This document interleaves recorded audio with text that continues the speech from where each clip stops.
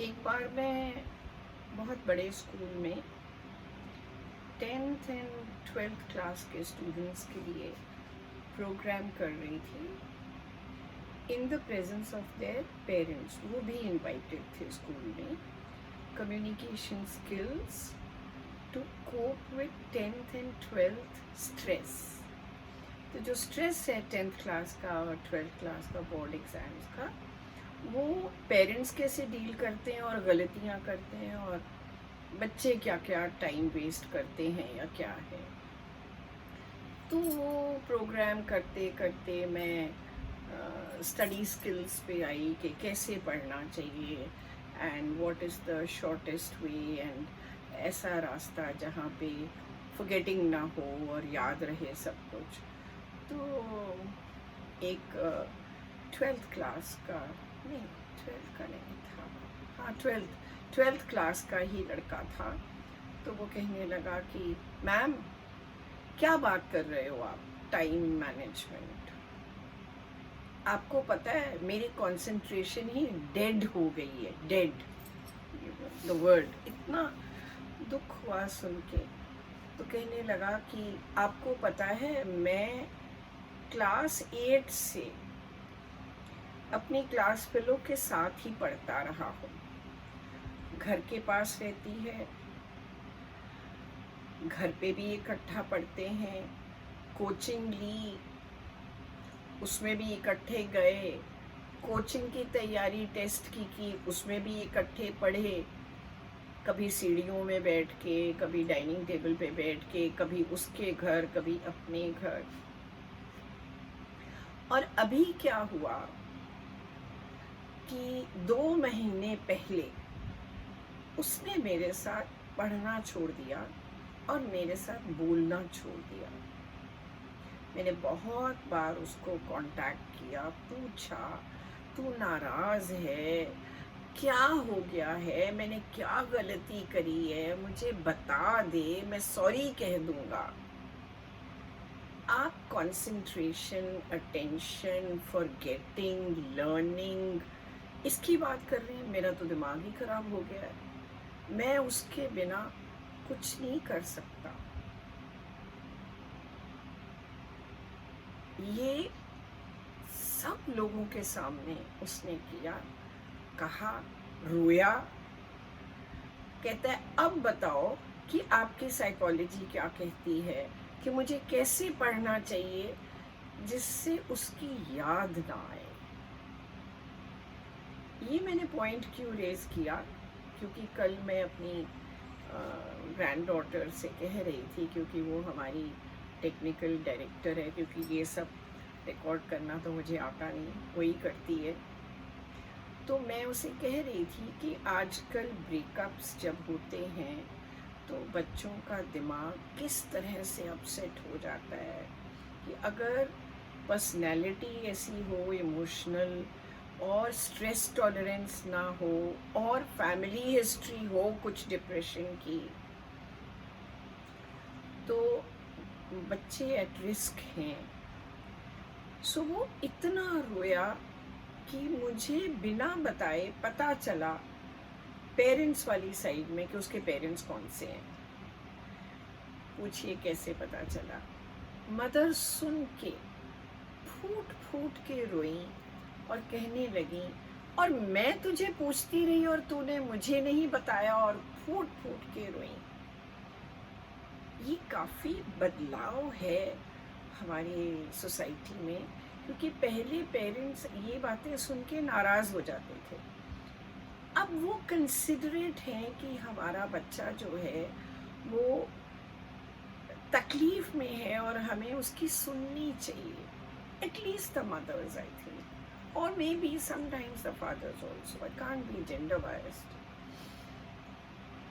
तो मैं ये बताना चाहती हूँ कि जब हम कल भी एक रिकॉर्डिंग कर रहे थे, तो वो सेशन जो मैंने लिया वो टीनेज जब स्टार्ट होती है तो हार्मोनल चेंजेस होते हैं, तो कैसे बच्चे मूडी होते हैं और फिर वो इंटरेस्टेड हो जाते हैं किसी भी एक की तरफ फ्रॉम द अदर जेंडर, और फिर जब इंटरेस्ट ख़त्म हो जाता है तो सो कॉल्ड ब्रेकअप होता है। और वो उसको बर्दाश्त नहीं कर पाते, तो हमें क्या करना चाहिए। आज मैं बता रही हूँ कि वो 13 साल से मैंने जंप मारी कि प्रॉपर एडोलेसेंस में जब ये एक अच्छी फ्रेंडशिप है, सिर्फ आप आंखों में आंखें डाल के 12th क्लास में टाइम नहीं वेस्ट कर रहे, आप पढ़ भी रहे हैं इकट्ठे और आप एक दूसरे को प्रेरित कर रहे हैं, मोटिवेट कर रहे हैं कि अच्छा ये भी कर लेते हैं, अच्छा वो वाला चैप्टर कर लेते हैं, अच्छा आज हम मैथ्स करेंगे, अच्छा आज हम ये सब्जेक्ट करेंगे, एट्सेट्रा।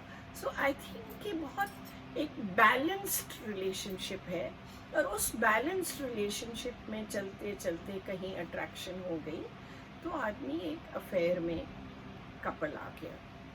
और फिर उस लड़की ने तो आज तक मुझे कांटेक्ट नहीं किया, मुझे बताया नहीं, पर लड़के की बड़ी बुरी हालत थी। दूर कहीं एक लड़की रो रही थी ये सुन के। अब मैं नहीं कह सकती कि वही थी या उसके साथ कुछ ऐसी आप बीती हुई हो तो वो रो पड़ी या उसको किसी की याद आ गई या यही लड़का था, आई कांट से। पर मैं आपको फ्रीक्वेंसी बता रही हूँ कि इस तरह की अट्रैक्शंस और इस तरह के ब्रेकअप्स जो होते हैं, इसके लिए हमें थोड़ा सा मेंटली प्रिपेयर्ड होना चाहिए कि भाई हम क्या करें अगर ऐसा हुआ। सो सबसे पहले तो मैं कहती हूँ इतना ज़्यादा नहीं बह जाना चाहिए, थोड़ा सा रियलिटी में टच होना चाहिए। दूसरा, उसके पेरेंट्स, जैसे इस लड़के को दुख है तो लड़की ने नहीं बताया, कम से कम उसके पेरेंट्स को मिलना चाहिए था इस लड़के को और पूछना चाहिए था कि क्या गलती हुई है मेरे से या क्या बात हुई है। हो सकता है कि उसके पेरेंट्स ने मना किया हो कि तुम उसके साथ नहीं पढ़ेगी क्योंकि तू बहुत डिस्ट्रैक्ट हो रही है, गॉड नोज क्या था क्या नहीं था, आई कांट से। ऐसे में क्या होता है, बहुत से बच्चे हैं मेरे पास जिनकी परफॉर्मेंस डाउन हो गई बोर्ड एग्जाम्स में और सारा करियर जो था वो ख़राब हो गया।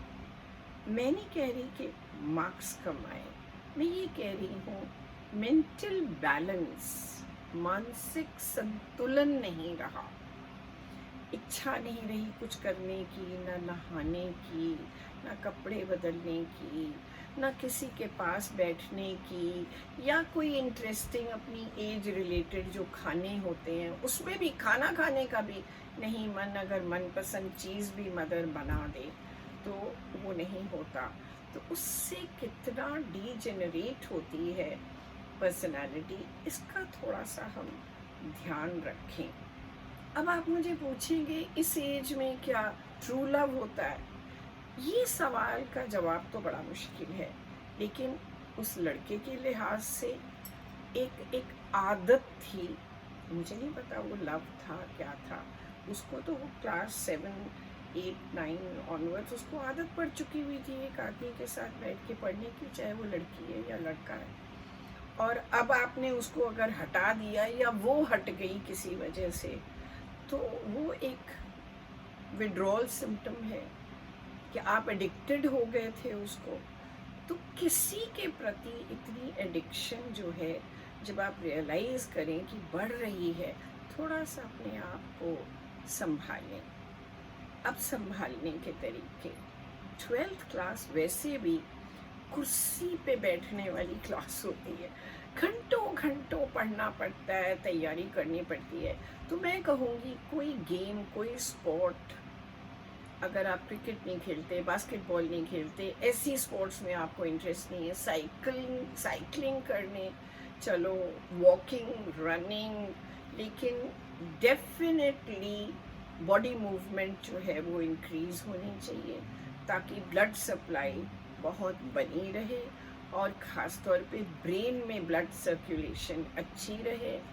और दूसरा ये भी पता है कि अगर 35 मिनट से ऊपर रनिंग करोगे या आप साइकिलिंग करोगे तो बॉडी अपने आप ही एंडोर्फिन्स बनाएगी, और endorphins are the happy hormones.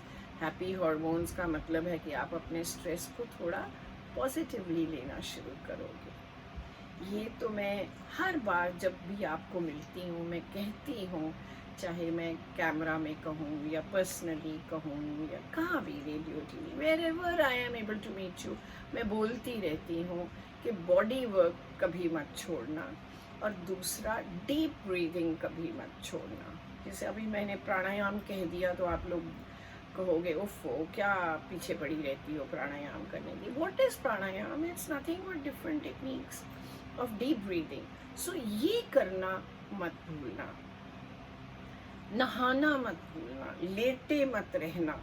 ये मैं बार बार आपको बोलती हूँ, लेकिन इस बार मेरा फोकस क्या है कि जिस जिस चीज़ के आप आदी होते जा रहे हो उसको कभी कभी बीच में छोड़ने की आदत डालो। कभी एक व्यक्ति के साथ 24 घंटे नहीं रहना चाहिए। आपका सोशल सर्कल, आपका उठना बैठना, आपका मेल जोल बहुत सारे लोगों के साथ होना चाहिए। वो अलग बात है कि एक दो लोग आपके बहुत स्पेशल लोग बन जाएं, लेकिन उसमें भी आपके हाथ में ऑल्टरनेटिव्स होने चाहिए। ये बहुत ज़रूरी है। तो ये मेरा आज का सुझाव है आपको। And be aware of this, be conscious of this. जब भी आप चैटिंग करो किसी से और आपको लग रहा है कि यार ये तो मैं इसी के साथ लगा रहा हूँ, am I being attracted? Yes I am. Am I falling in love? Yes I am. But मेरी बाकी एक्टिविटीज़ में फ़र्क नहीं आना चाहिए। Okay, I will talk to this very person, but somewhere मैं अपनी इंडिविजुअलिटी, अपनी ऑटोनॉमी, अपनी इंडिपेंडेंस बिल्कुल ना खो बैठूं और ज़िंदगी भर के लिए निर्भर हो जाऊं किसी पर, तो फिर डेफिनेटली कबाड़ा होने वाला है। राइट? Take care. सोचना मैंने क्या कहा है। बाय।